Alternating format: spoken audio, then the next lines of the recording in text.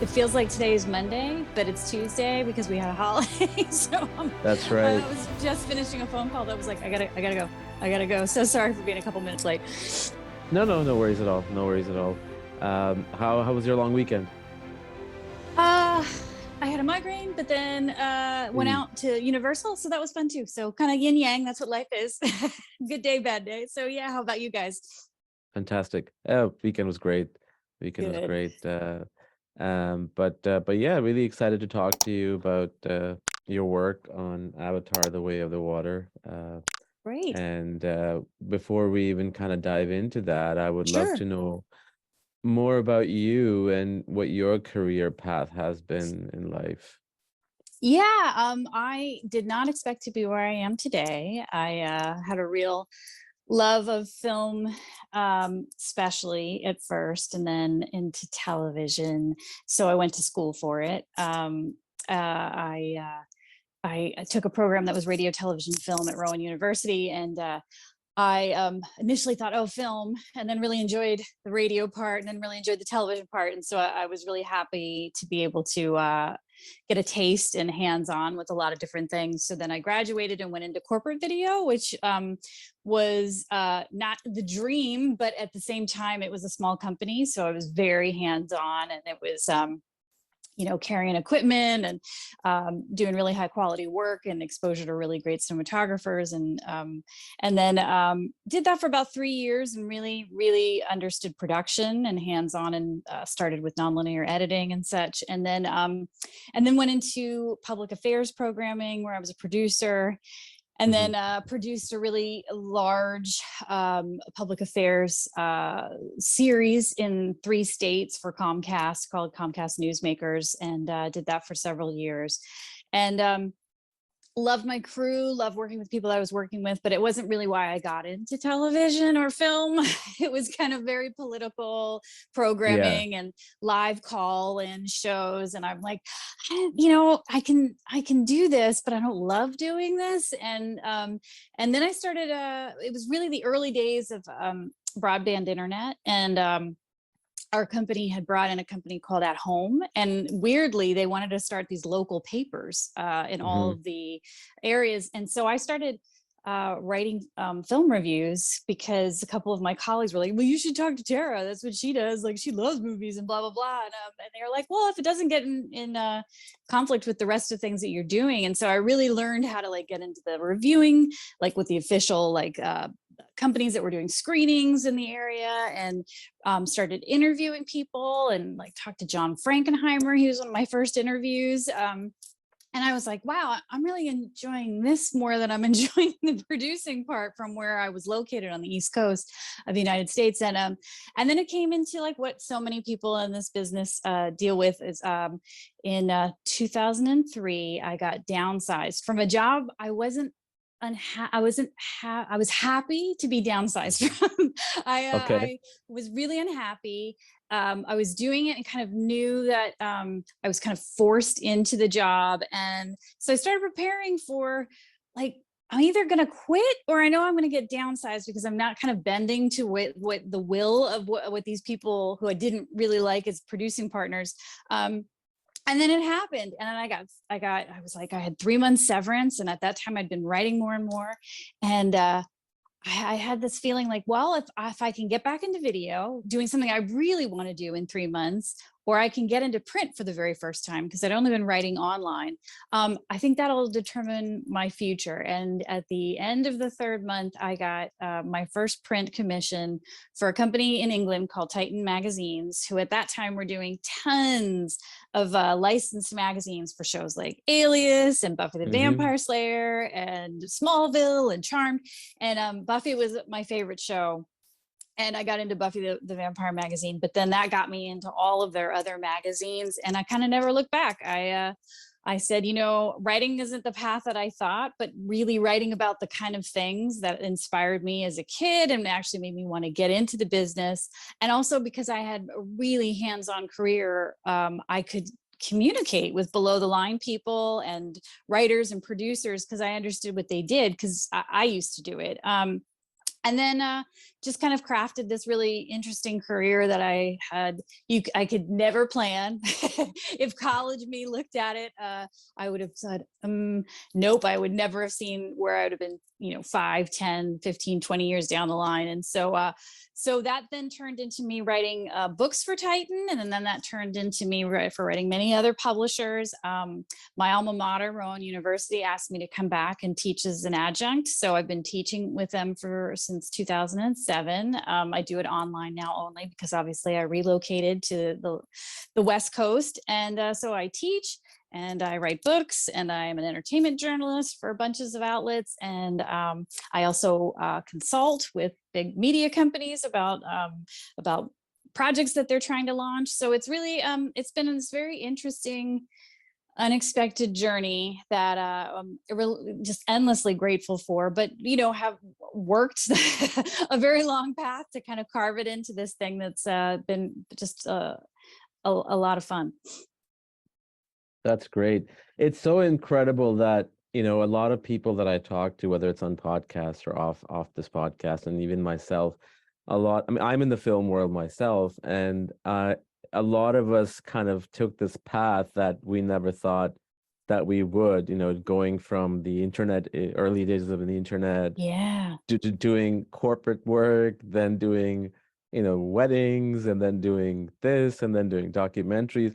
I mean, the path all of us, who want to go into film, like, you grow up watching films like Indiana Jones, Star Wars, E.T., whatever, and you're like, you want to be a filmmaker. But the struggle is that you have to go through all these different paths You really to do. and the time you're going through that, you may think that that's the worst thing, but each thing that you do prepares you for the next one, not knowing that it will, right? And that's what's so Entirely. it's so incredible Entirely. about. Being able to edit, gave me a sense of timing and pacing and Yeah, understanding. And then that also helped with my writing. And then when I was booking, the television show Newsmakers, that's me booking myself to do interviews. It's all of it I is know, I just know. kind of a rolling. I call them transferable skills. The things that you don't expect that once you've learned how to do them actually open up opportunity for you. Because I mean, think about it on your end. How many people will go, I don't even know where to start to do that. But I'm sure you've also gone, well, I do because I did this. So I at least know a way to try to do it. And then, you just kind of build off of that. And for the people that just have no clue and then just kind of look blank, you can always be the person that raises your hand and goes, well, I think I could do that. Yeah, I did this over here, so I think I can make that work. And that's honestly, I don't know if you find the same thing. It's kept me working because I also never 100%. I've never pigeonholed myself into saying no. I mean, it's like even when I was going to college and I thought, oh, I'm gonna go into film. I quickly Yeah. learned, no, wait, there's all these other two, offshoots that are under my program that I'm just not going to close myself off to that. I really actually like that. Let me explore it. And then I think that opened up me not saying no. And I mean no as in I someone get it. offers something that I didn't Yeah. expect. And I go, all right, sure, I'll give it a try. There's also the freelancer no, which you have to learn very later on is to Yes. go, no, I don't need that because I'm not going to be able to make money or I'll be able to, that's going to work poorly for me. But the curious no, I think is something that I'm not saying to be able to wipe that off of my slate early on and say, yeah, no, I'm going to say yes to something. And then why no say, I'm not going to pigeonhole myself thinking if I only take this path, this is the way that will get me Yeah. there. It's actually saying yes has gotten me to the paths I didn't even know that I would have liked and wanted, and has ended up making my career. So like I say that even to my students and other people that ask, what do I just say, try things, say Yeah. yes. You never know where it's going to lead. It is so true. And one of the things that I've learned, even nowadays, like, you always have this, we are all born with fear. Like the Yes. fear of, no matter how many times you have failed, you always have this little bit of fear, would this happen or not? And I remember when I was running a website like it was a DreamWorks fan site way back in the late 90s and early 2000s. And I had no idea how to talk to publicity people. Like, how do you approach them and Yes. ask for press kits and screening? And I remember I'm like, what do I do? Like, and then when I did it, and I got a yes. I'm like, really? That was it? I was holding myself back for like 5, 6 months out of the fear. And that's the thing, that we think it's a daunting task, but things are pretty easy, I think, and we make them difficult. I think so, and I agree. And I think also, that kind of eagerness that you have in the beginning when you're thinking like, let me be my most professional. Let me like, what do Yeah. I have to do so somebody will like vet me and take me seriously? If Yeah. you start on that right foot, like a lot of people don't even bother to start on that right foot, and then you get yes, and then you continue to get yes because you continue to like go, oh, I'm taking this seriously. Sometimes that's half the battle, the fear, and then like just also comporting yourself in a way that like goes like, hey, I belong, and then they go, yeah, yeah, guess what, you do. So Yeah. yeah, I agree with that 100%, and those are the things that feel like really building blocky kind of things, but they actually made a really big difference for me actually getting a foot in the door, just like you. Fantastic. That's a great career path, and to be able to go through all those things. I mean, not just professionally, but as an individual on a, level, made you a lot of a stronger person and a better person every day, and it just keeps you improving. That's fantastic. Yeah, yeah, I mean, like you said too, there's always that fear in this business that you're going to lose outlets, that you're going to lose jobs, that media companies will swallow things up or they'll just disappear, which I think, all of us Yeah. have whether it's from a funding side to try to make a movie, whether it's from a just a place that you consistently, lean upon for work. But getting downsized was I was very lucky in that I graduated, got a full-time temporary job 2 weeks out of school, based on me saying yes and taking PA jobs and things like that, and then that turned into me actually working full-time in my profession from my graduation until 2003, which is kind of unheard of. Like everybody, even in school, was like, be prepared to be a freelancer for, like, figure out how to budget, during the lean times. And I did the opposite. And then I chose to be a freelancer because I really did give myself the opportunity to be inside the fully paid corporate and then huge broadcast company full-time employee model. And while it was very comfortable, I wasn't creatively challenged after a certain point, Yeah. and then I made the choice to say, well, I think I'd rather chase the things based on my skill sets and me hopefully getting better over time and improving myself on jobs, that I can give people, clients, what they need. And I've never really looked back. I mean, I've had Yeah. people offer me full-time jobs and I've said no thank you, I'm fine being a freelancer, which so many people would look at me like you're nuts. But I for know. me, creatively, it's just been the path that's felt a lot more enriching to me. And also I've just had to rely on my hustle, which I prefer to do, and look at the horizon and go, okay, something's disappearing and something's come. No, that's new. Let me try that path.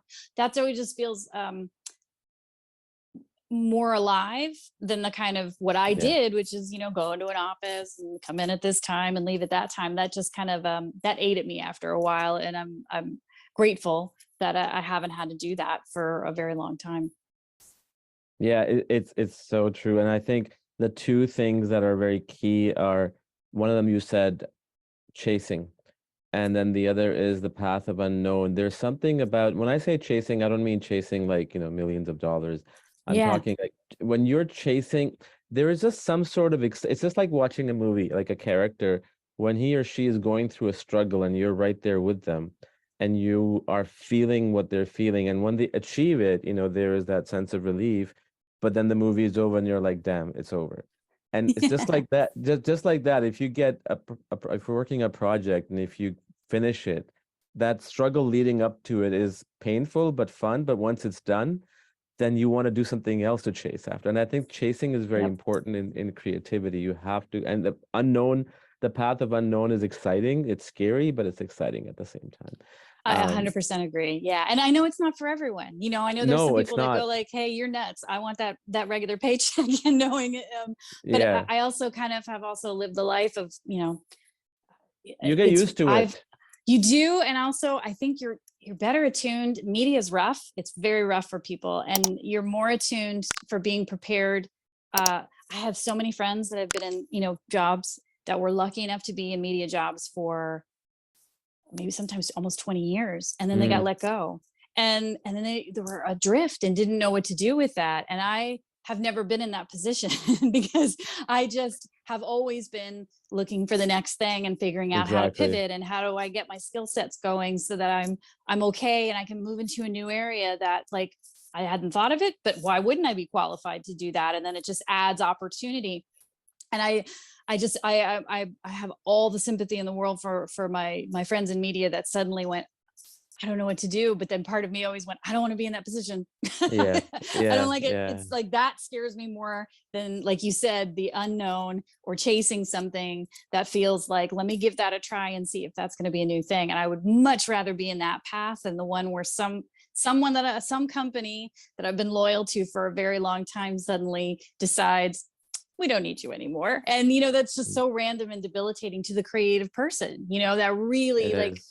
writers, we're gentle little flowers. It's very, very hard to take that kind of like wholesale rejection, and Yeah. then move forward in a positive space with it. So yeah, I just have known my own inner heart and listened to it from when I was downsized in 2003, and it served me well, luckily. No, we're just me. It's somebody I was having lunch with in LA a few weeks ago, and she told me, writers, artists, creative people, we're all made out of different cloth that nobody understands, and it's It's so very true. true. We are So we're true. just we are just completely another breed. But having said that, your book, Avatar, the one Yes, that you thank worked you. on, tell me how you got on board writing this book. And I mean, it's such a big undertaking of, the biggest film of the year. Yeah, yeah. And yeah, how did that come about? What was the process? How did it start? Yeah, as you said, it was kind of what you do before lays Yeah. often the track that we don't even know. The track is being built towards, and that was this book 100%. I've written 30 plus, either by myself or with my frequent collaborator, Paul Terry. Mm, We've written books together or we've written them separately. My first book independently by myself was the 24, the television series with Kiefer Sutherland Companion Guide. And then that got me into continuously writing for a lot of different properties.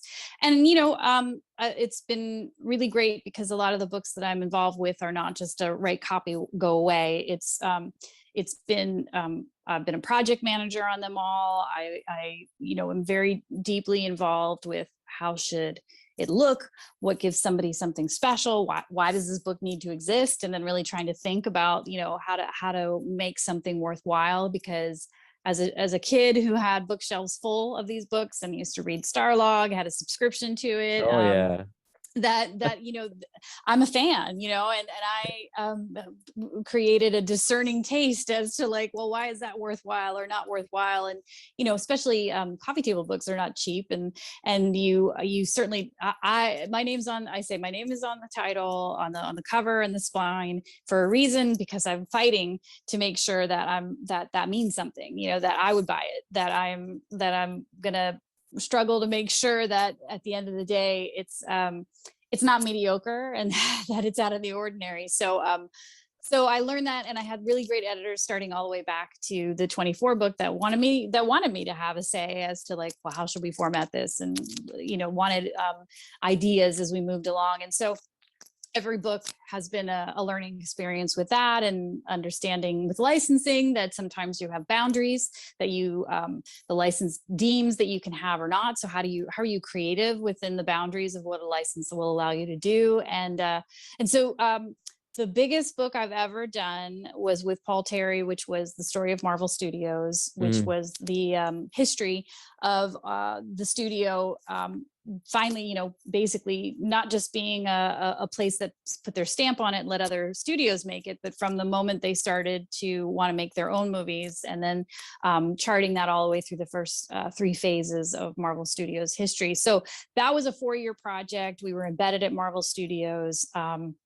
Traveled all over with them, watching huge days and as they were shooting seminal moments in their history of making films. Talking to more than 200 people and doing interviews, and then figuring out, well, how do we do this story? Like, what is this book? Is this a book that's a making of, or is this really about a studio and behind the scenes? And that's what we developed was, no, it's a making of book is all these people, with all these department heads and the actors and the producers, but this is the level underneath it. And so as you're watching those things being released, what are they doing at the same time Yeah. underneath, and charting that year by year? And so that was figuring out a concept, and then working with people at Marvel and doing tons of interviews, and project managing, like really working hard to make every page worthwhile. And so that was big. That was a big project, which is great, and it was received extraordinarily well. And so I actually had worked with a gentleman named Josh Izzo, who worked at Fox, and so I had done several projects with him, book projects, the Making of Big Trouble in Little China. Hmm. We did several other projects with him, but then he went on to Lightstorm. And so when he went on to Lightstorm and working with James Cameron, he was the guy in charge of figuring out all of their transmedia, which includes publishing. So I had a great relationship with him. He knew, that I had worked on a project with a very exacting auteur, as in, Marvel Studios has this range of all kinds of personalities, and you have to navigate that as a book writer as well, and figuring out who are we talking to, points of view, managing lots of personalities. And with James, he's got a really high standard. So I was very much honored that he was like, "Are you interested?" And I said, "Well, yeah. I mean, Aliens is one of my seminal movies. Like, I saw that as a teen and was like forever changed, and named a goldfish after James Cameron." So, he had a huge impact on my creative growth. And he said, "Well, we're not doing a making of book right now, but we want to do an art of book." And that actually was more interesting to me, because Yeah.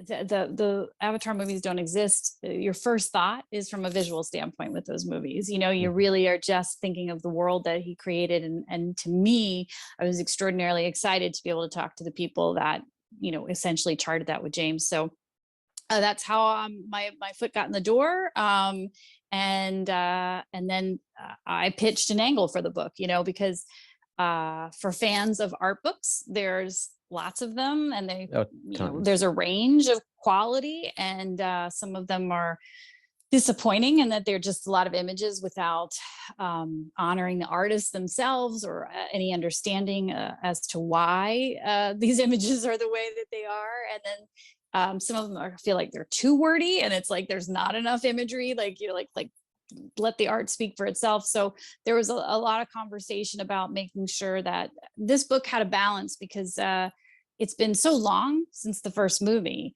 Yeah. It's almost become a meme joke, that everybody before the second movie opened was like, "Is anybody going to care? No one's going to care." That was the whole thing. No one's going to show up. It's been so far in the rear view mirror. And I wanted to explain from a design perspective that wasn't true for everybody that worked on this film, that they had been working for a decade.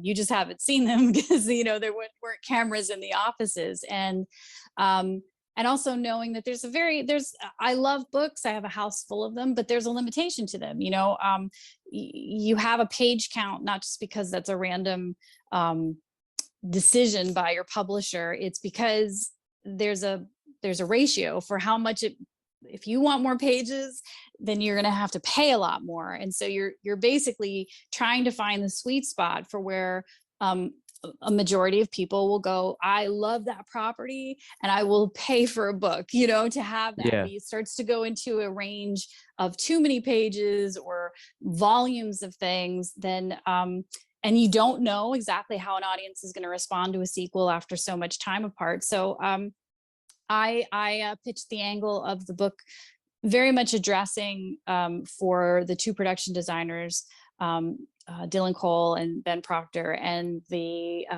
costume designer Deborah L. Scott. Let's pick some of the designs that were really the hardest things for you to accomplish, and that then cracked the rest of the things that came, and then explaining why that thing was so difficult. Then an audience that had been so separated for a long time from this property would then understand how that kind of breaks the creative dam for these heads of departments, and then kind of opens up why things moved in the direction that it did, which is what you see in the final film.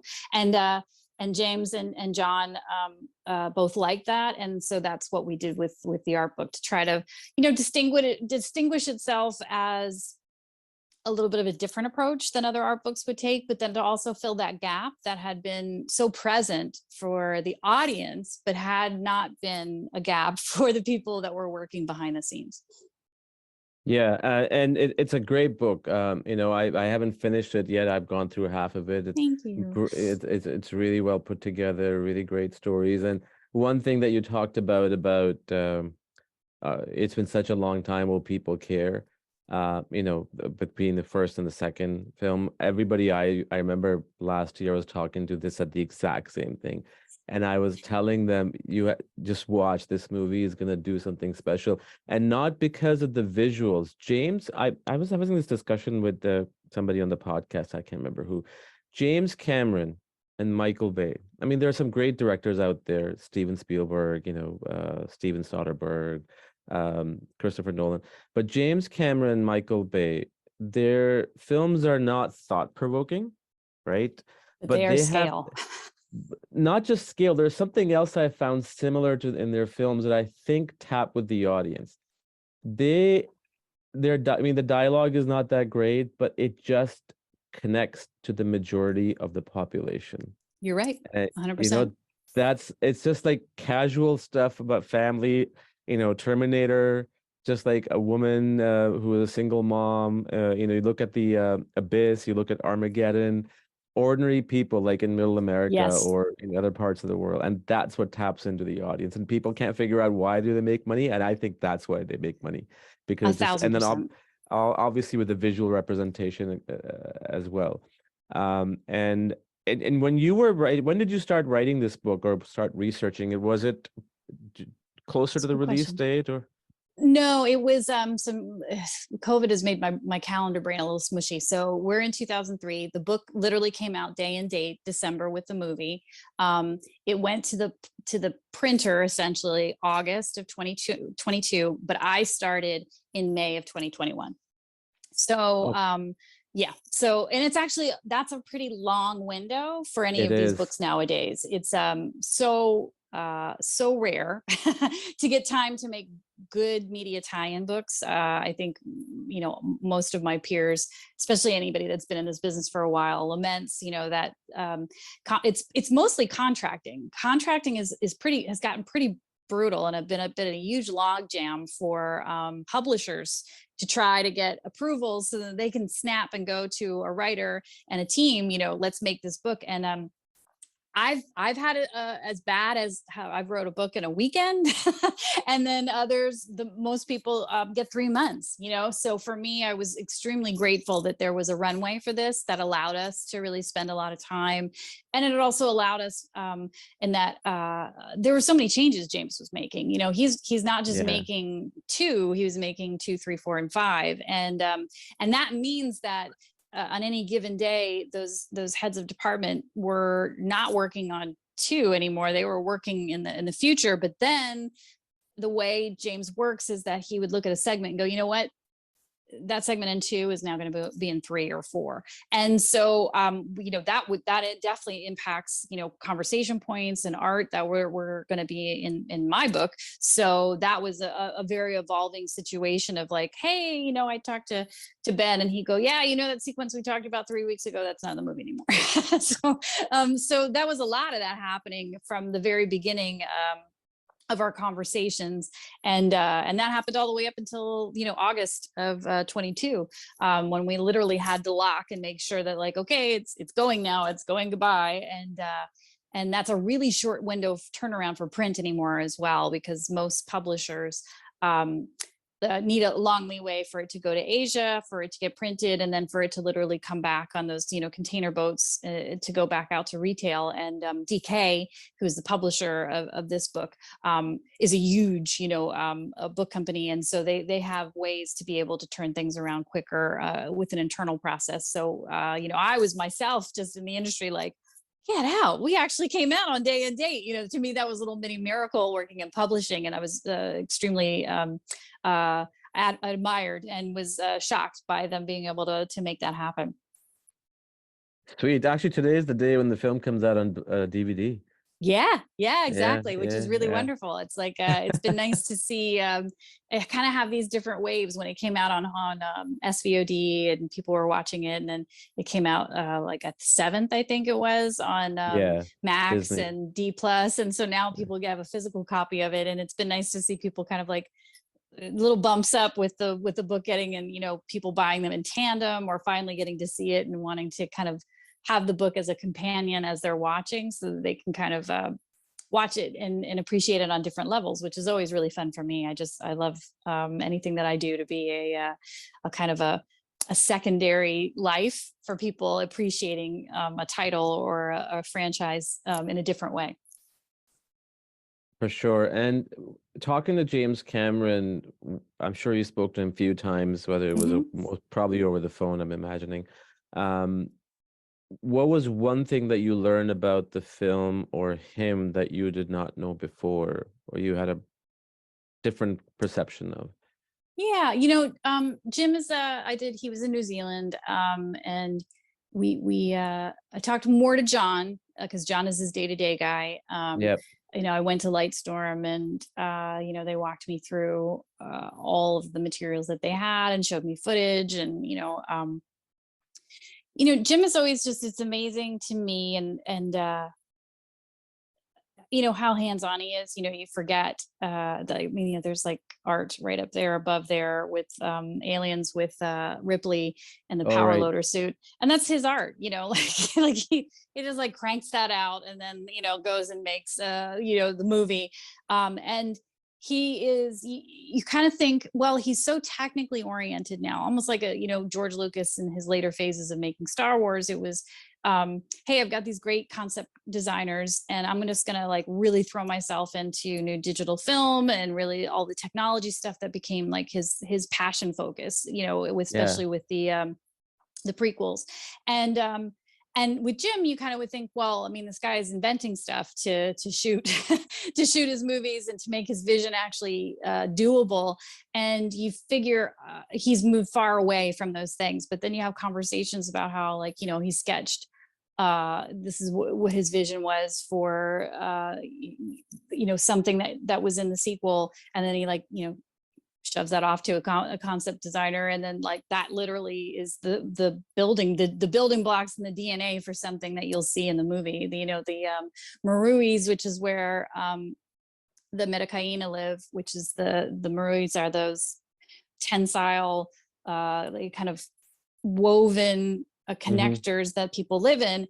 And he kind of sketched out a really rough form of that and like threw it over to Dylan Cole and his team. And and it's fun because James is both Dylan and Ben are like, you kind of have to crack Jim's head to figure out how Jim's thinking, because Jim has everything in his head, and you're the weird interloper that has to like kind of get in there and go like, because Jim doesn't always articulate exactly because he's got it there already. So concept design on his projects are very much about trying to pull out what does that mean, and a lot of trial and error concept design until Jim finally goes, yes, that's right. And also the practicalities of Jim, that he may have these very fanciful ideas about how he'd like something, but he's extremely pragmatic in the execution of it. He'll get irritated if you've created something that you actually can't have in real life. It's like, so these concept designers, which is what I came over through time, and then also talking to Jim, is that there's this really kind of bizarre and kind of awe-inspiring process when you work on a Jim Cameron project, is that you're not making something theoretically, you actually are making things that practically can go out And, especially on the RDA and the hard surfaces side with Ben and his team and all those military things, like those are almost patentable in terms of they could go out into the real world. And who they bring in technically to help work out the specifics of what Jim wants, to have in a functional boat or a functional futuristic looking submersible, is very specific. And it's really interesting to learn how important that is to him, to learn it through his own voice. But then that also, so much of this just literally starts out with him, which is what he's always done, is just a sketch. And then, and that's why it was really important for me when I would talk to anybody and they'd go, yeah, I just remember we were in a room with him and he was like talked about it. And I'd go, do you have that sketch? And they would go, like, yeah, I think we probably do. And then you'll see that in the book, because for me, that's fascinating, that he's still at the level of just crafting something essentially on a scratch piece of paper, and then that being literally the path towards what you end up seeing in the movie. That is so impressive, and that was fascinating for me as an observer of process for him, and process for these particular movies, that I was really just fascinated to learn. Yeah. I mean, now we've got what, 3 more films coming, and I think there was one of them was Yeah, supposed to come out next year, but I think Disney pushed it to 2025 yeah, now. got pushed. Yeah.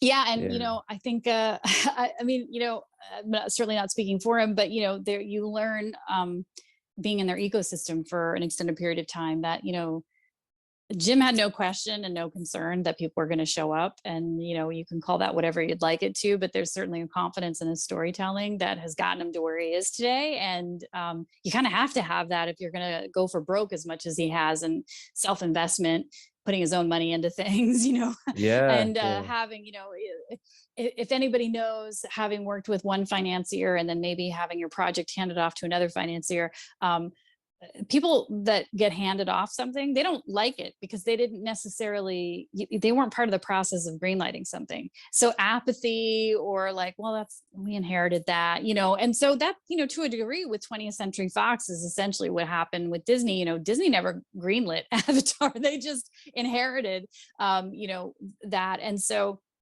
he has to prove himself to Disney too. He's got to, they showed me a sizzle reel that they essentially showed to their executives to show, here's where we are, here's what you're going to get. So there's also this sense that Jim entirely understands that he kind of has to keep proving himself over and over again. And so, that to me, as somebody that's just been an observer, goes like, he's just also knows that he needs more time and more runway, so that what you saw in 1 versus what you saw in 2 versus what you'll see in 3 are gonna feel like things have changed, and that Yes. he has used the technology to the point where he is going to prove to you again that you're showing up again for a reason. And that's exhausting from just a conceptual standpoint, but it's also admirable from a standpoint of where you go, like, it's like no one is doing a half-ass job, from in any department. They're all being lifted to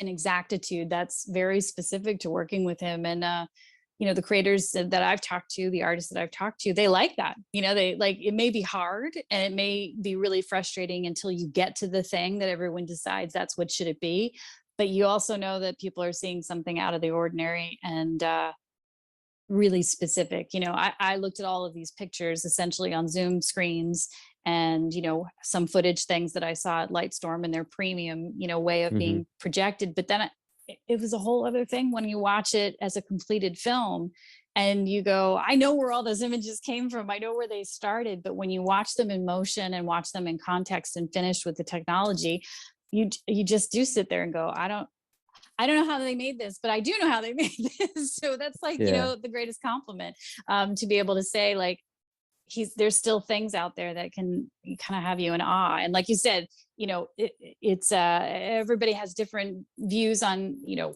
do I like the story? Do I like the dialogue? Do I like this or that? But you kind of can't question when you're going in that there's something that's going to tap into the basic human connection and emotional connections to the things they're fighting for, and then how it's presented to us, which is pretty amazing. Yeah, and you said something about James Cameron proving himself. It's so crazy that, he made Alien or Terminator first, I think, and then Yep. he made Aliens, two hits. Abyss didn't do well. Terminator 2 did great. True Lies didn't do really that much well. But I remember when Titanic was coming out, it was supposed to come out on July 2nd in 1997. It was Yep. supposed to come out the same weekend as Men in Black. Yeah. And they pushed it to December 18th. Yes. And and there was all this thing that it was gonna fail, it's gonna be disaster, and look what it did. Then I remember when the first Avatar came out, everybody was like, who the hell is gonna watch a movie in 3D? Right? And Yep. it turned out that was the only probably best 3D movie ever made, and there was Ever. nothing ever made after that was as good. And the same Nope. thing happened with Avatar 2. And I wonder if it will happen with Avatar 3. I have no Yeah. clue. But it's maybe that's something he gets motivated by. Maybe he He enjoys that does. now. He gets so used to it now, right? So Yeah, I think he does. I think he's he's got his own standards and his own he's got his own benchmarks that he wants to break, and yeah. there's no like yeah, no, fine. We'll just do what we did with two because that worked really well. It's Mm, because I don't think just knowing the level to which he his how specific he is, how much time he spends doing things that there's just an ethos in him now that is very much like, well, I'm not going to even bother doing this if I'm not doing it at a level that feels like yeah. I'm changing something, challenging myself, challenging everybody around me because I know it's possible. And that's kind of the fascinating thing too, as a guy that, created a whole new diving mask for the Abyss so that he could get facial Yeah. performances, that helped push visual effects in that movie that then became amazing in Terminator 2 and that is now, ILM standards for what we accept and as being, realistic and changed, the whole field.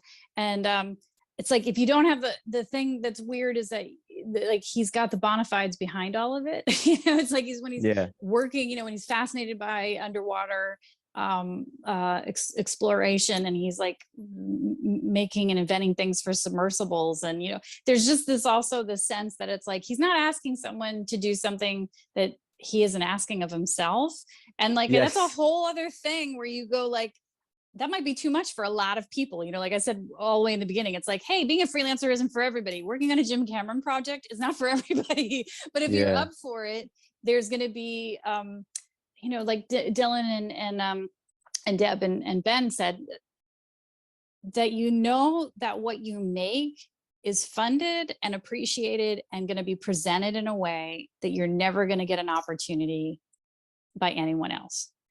That That's true. the way it's projected, the way people are going to perceive it, the 3D that's going to make you feel like you're part of it, that it's worth as hard as it is to do, because at the end of the day it is as pristine and as pure of a our heads to the tablet to the visual effects to the Yeah. world that you're ever going to get. And as creative people, like who wouldn't want to have their best work framed in the best way possible? So I get it, like you really learn that process, working with them. And I think one of the reasons, I mean, this is my hypothesis, I could be dead wrong. He moved to New Zealand after Titanic, I think. Hmm. Yeah, And I he's think that's really smart thing because then he was away from all this, hmm showbiz glamour and distractions about you're not doing this right or you're not doing that right. And that's probably a smart thing that he did, aside from personal reasons, obviously, growing up family there as well. But he's such a talented filmmaker, and I've always I mean, just like yourself. I mean, I've seen Aliens so many times.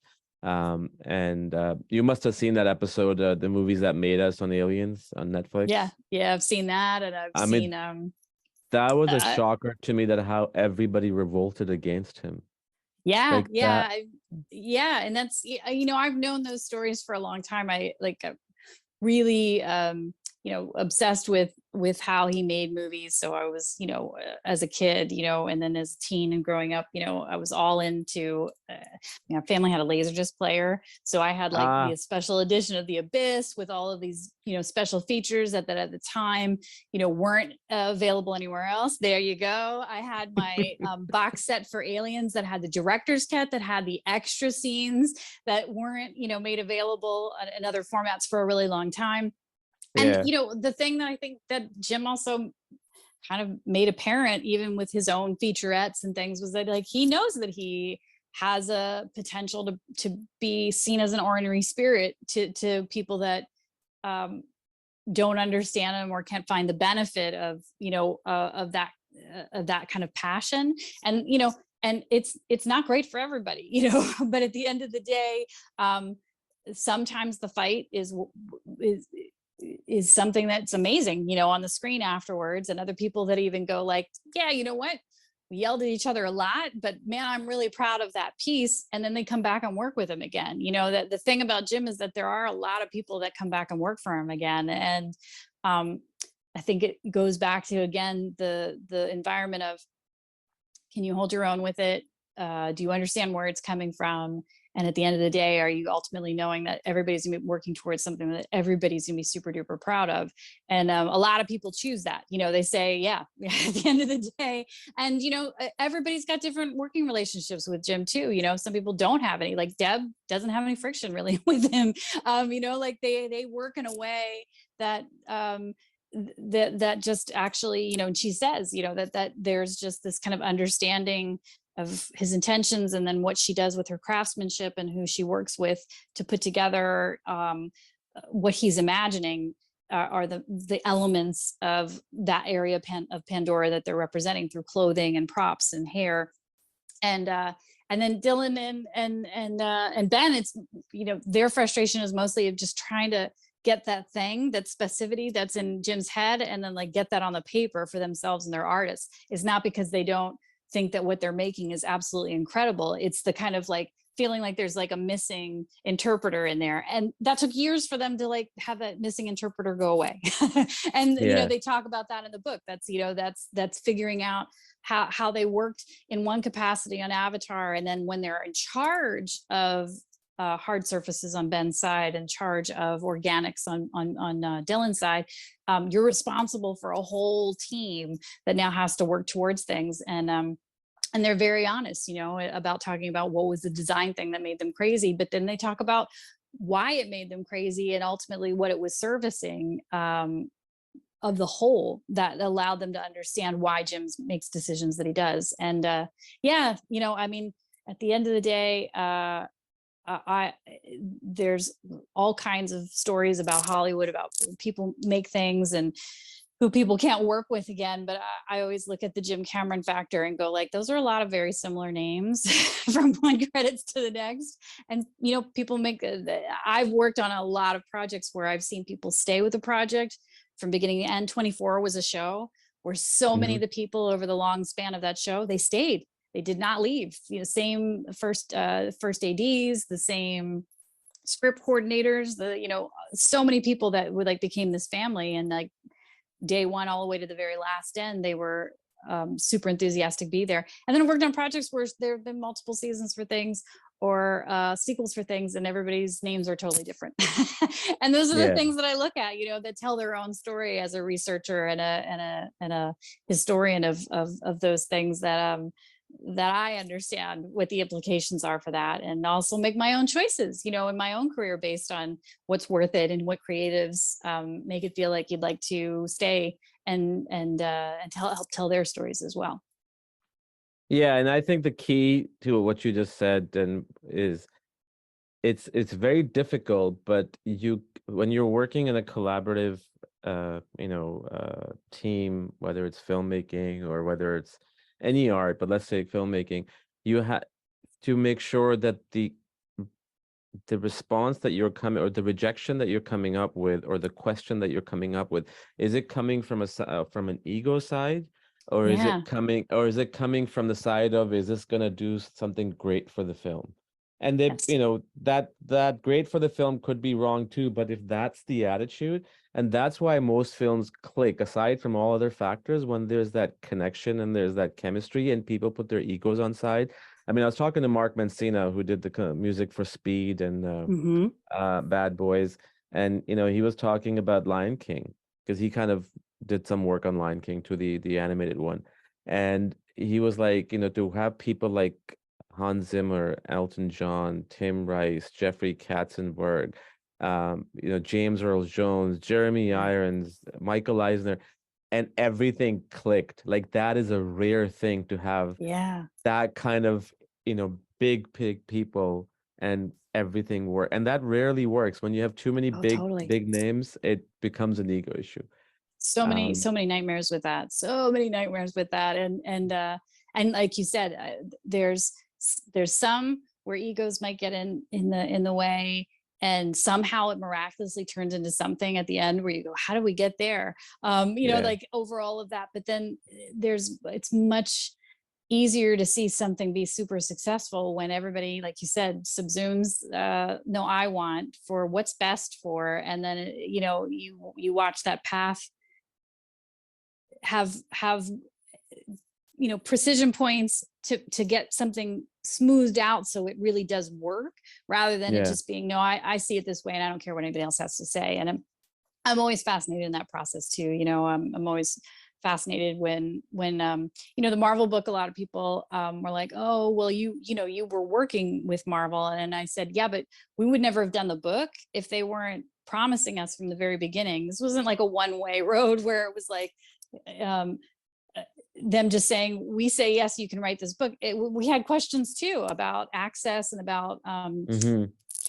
being candid. And that book's all about conflict. It's about not knowing what they were doing. It was about screwing up with things, and having full walls full of index cards where they're like, oh god, what have we done? We have to do all these, we have to essentially rewrite Thor the Dark World, because it's a mess. And admitting those kinds of things, to me, are where things get really interesting, and whereas creatives, you understand, um, pushing for the best and having creative conversations and sometimes conflicts, um, in the best spirit to make something in the right way. And when 100%. you don't talk about those things, you really aren't capturing what the real process of creation is in any field, whether it's fighting for what's right in a book that's made about something, because I've had many of those battles, about like, well, why can't we do that? And well, like, that's going to make the a lesser book. Let's talk about Yeah. that. And